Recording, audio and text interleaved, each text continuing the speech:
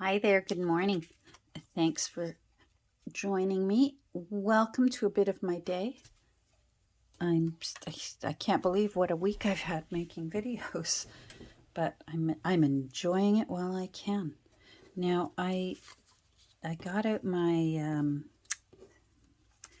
my Sizzix that I got for a great price on Virage sale, and I made use of what few pictures I still had left of Peter from this book, because our little original book that the lady from the Kirby book sale gave to me, that were hers, and somebody else's before her, so maybe they were her mother's, I think. And another go at the mucky mess that was up here for Tale of Peter Rabbit, and I think I did fairly well at I would just sort of I had read, see, my mind is scattered, it's jumping around. I had read, I watched a video where there's a junk journaler who, when cleaning up book covers, uses hand sanitizer, which makes sense. I guess it just simply comes down to it's alcohol based, so alcohol can sometimes be a good thing for cleaning a book. So I tried the hand sanitizer it seemed to lift a bit more of it off. And then what I did was, I have an ink pad that is slightly green. This is the one. The Archival Ink Acorn. This color is Acorn. So by seeing the color of that, I expected it to be brown, but it actually has a slight greenish tinge to the brown, which is why I wrote on it slightly greenish, to remind myself, because I have another one that looks similar to it. And I was constantly having to test them both side by side to figure out which was the slightly greenish one. Finally wrote it on, slightly greenish. So I used this and my little brush, and I just very lightly, with this slightly greenish ink, went over that staining, because it was quite white, and it was definitely a spill of something. Something spilled on it. This was not from the leftover glue from somebody trying to repair the book cover. It was something completely different. It was a 120-year-old snack that got spilled on the book. That's the way I say it. Anyhow, I do have the signatures all together, and I have them as well for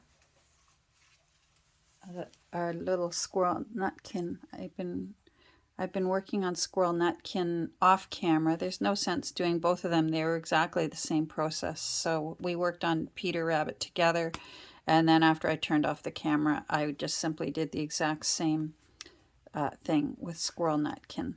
And he's good to go too. He's very faded, because when I lifted to get the edges, to give myself more edge room, to lay down newish end papers, you can really see how blue he must have been at one point. And I was able to find this scrapbook paper, so that's going to be nice to put inside Squirrel Nutkin. But I'm going to put him aside for now and just talk about Peter Rabbit, because again, it'll be the same thing will apply. So as I mentioned, I had already started using some of the pictures. I didn't have all of the pictures in here of Peter Rabbit. And of all things, I didn't have my own copy of him on my bookshelf. So I couldn't even just grab another copy off my bookshelf. I tried to cut back. There once was a time I practically had an entire shelf just of Beatrix Potter. They're quite I can usually find them frequently at my thrift stores, but I'm wanting to make use of what I've got. So, and I think this will make good use of what I've got. Plus, these pictures are nice in that the pictures from the book are glossy, and the ones from this book are matte. So what I did was I got my, like I said, my Sizzix out, and I was able to do some small ovals of some of the pictures because they were oddly shaped. There we go. And some larger ovals of some of the pictures. Again, because they're oddly shaped. I love that one with him in the watering can. So I want to show you, I want to take a moment and show you something that I'm going to do. Just to do a little bit of camouflaging for some of the areas where the picture, where there's an edge of the white storybook paper. Like right here, I wanted to be able to get all these flowers in. I didn't want to have to cut off a flower. I don't mind this because that's a free edge, but this is a definite line. And I want to camouflage that a bit. Let's come down. I want to camouflage this a bit. So what I'm going to do is get out my light colored inks. This is coffee, and this one is antique linen. Antique linen is really, really pale, so I may use the antique linen on this one and this one. But for here, I do think I'm going to need the coffee. And I'm just going to use my little makeup brush again. And I'm just going to go in here and just cover up how bright that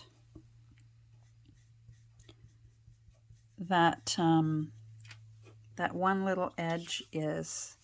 And it just stops the eye from going directly to it.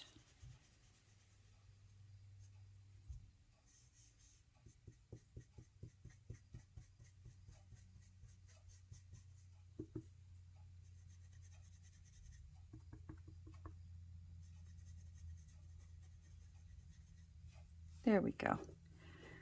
And for me, it just makes me feel better.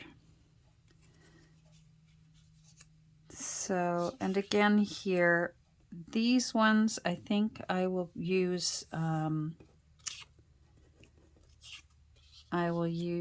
linen, but here on the bottom I'm going to use the coffee down here and bring it down a bit. Just to take away that straight edge.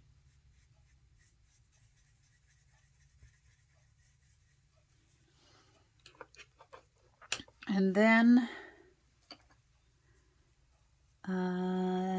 let's see, I know I've got a small one, a small brush for linen, but I have to find it. Where are you? There you are. So let's get the linen. And I know I can be quite vigorous with the linen.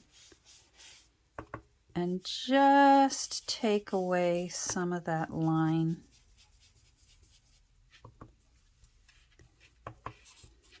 So it's not so evident that it's that the picture itself was not oval shaped.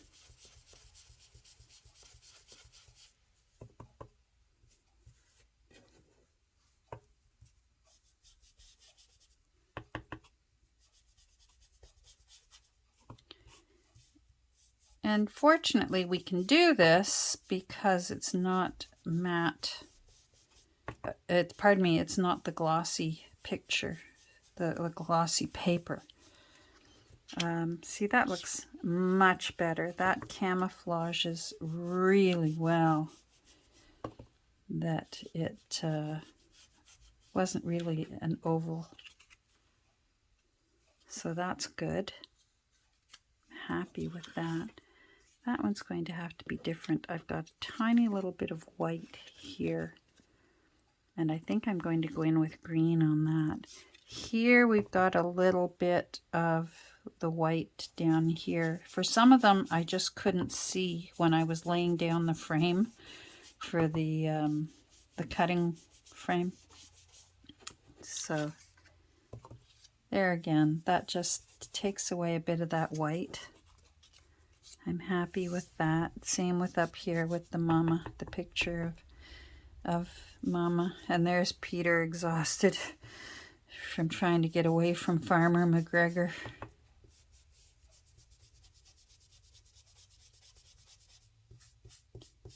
So I think I did very well in getting a nice little variety of pictures anyways, even though I didn't have the book.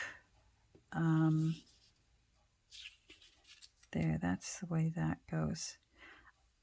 This one, yeah, that's the one we already did this side, and I don't mind that raw edge. This one is fine the way it is, and I'm going to make a Dutch door with this one, so we will be doing that later. This one, I'm going to go in with the linen on this side.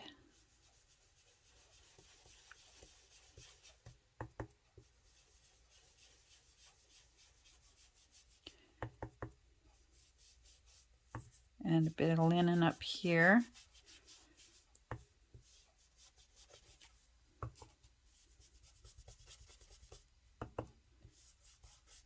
So again, camouflages that I cut it out of that book. Those of us who know will know. Now down here I want a little darker because that's where the dirt and such is. So I'll go in with the coffee. Sorry, my elbow hit my stand. So I'm going to go in with a little bit darker.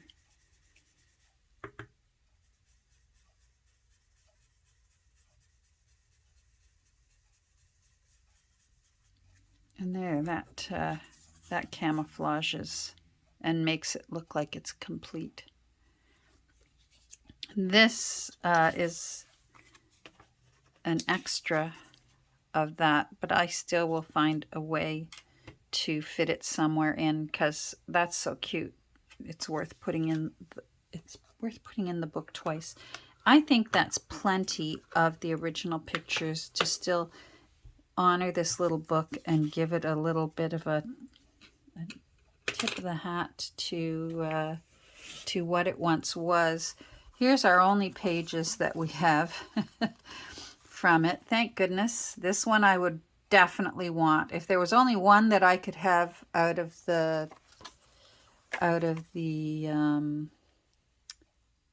original text block, this is the one that it would be, the Tale of Peter Rabbit, or maybe the official big one, but this one will do. I was torn as to whether to oh, it does come off, good. Whether to apply it to something else and cover up the little owners' numbers, practicing their counting. And I thought about maybe putting, some paper over that or gluing it down onto a page. And then I thought, no, I'm going to give this a slightly fresh edge, and I'm going to leave that in because that could be a 120-year-old math practicing in there. And I think that's kind of sweet. That maybe that was Judith's. Maybe Judith was practicing her numbers when she was little. So so we have those that they'll be going back in, and then we also had this, and this is nice in a way because it's the end of the story where Peter gets his tablespoon of chamomile tea because he had an upset tummy. So his mother gave him a tablespoon of chamomile tea instead of his brothers and sisters. They got, I think it was bread with berries and milk and honey, and it's so funny the things that she chose to humanize and still animalize her characters in her book, like which one of them's got full clothing and which one of them only would, like Peter, only his clothing was jacket and a little pair of shoes just on his back feet, not on all four. Like as you can see here, Farmer McGregor made a scarecrow out of his clothing that he lost, his little jacket and his shoes. Whereas like Mama, she gets a full dress and sleeping in a bed, and then the food, like it said Mother was busy in the kitchen cooking. Well, we all know rabbits, they eat greens and vegetables and alfalfa and grains, that sort of thing. Bread and jam. Mind you, who turned down bread and jam in their right mind? Anyhow, this one, because it was at the end of the storybook, how perfect. Again, if one of them's got to survive, to be able to put that in at the back of the book. Good night, Peter. You had a busy day. So that's what I'll be doing with that. I think I'm going to take a little break and go take little Miss Yoo-Hoo out for, so that she can have a little break. Oh, wait, one more thing before I take a little break is, it's 20 minutes. If any of you have this book, hold on, this book, which is one of those ones like the antiquarian sticker book. This one's better, I think. I like this one way better than the antiquarian one, because this one has more animals and plants and snails and mushrooms, and the antiquarian one is fun, but I have a lot of fussy cuts that are like the antiquarian. So this one has more useful ones, and I just thought it would be handy. It's got, now why did I, like there's an oak tree with nuts. The tabs that are sticking out the side are stickers that I will be able to use in Squirrel Nutkin. So like there's oak leaves with some acorns there. And like here on this page, there's some little squirrels. I can decide which squirrel I want to use. On this page, there was an acorn. So I can decide if I want to use that acorn or not. On this page, squirrels up there, gray squirrels with the red tummy. So do you see what I mean? I have other ones to add some variety that aren't necessarily Beatrix's. Now, why did I choose you? Oh, a little gray squirrel. Okay, and then there's some bunnies. So this one is dual. Oh, that's right, because the tabs going up have bunnies. That's how I am just, my scatterbrained. There's one that looks like Squirrel Nutkin with the tufty ears and the reddish fur. And there's still another bunny over here if I need it. I don't want to over bunny and over squirrel them, so I'm going to be careful. Why did I choose this? Oh, there's the bunny there. Sometimes it's sort of, where did it go? There's another bunny there. So another bunny, another bunny. So I will be using some of those, and I'll be using some of the plants. I have some really neat stickers, matte vellum stickers of just plants that I plan on using, especially the garden ones for Peter Rabbit because he snuck into Mr. McGregor's garden. that I'll be using, but I'll also use some of these plants in squirrel nutkin. And I got these in a package from Your Creative Studio at some point. And I think that's where I got them from. You know what? It's not fair to ask me now. I'm pretty sure that's as close as we're going to get to where did these stickers come from.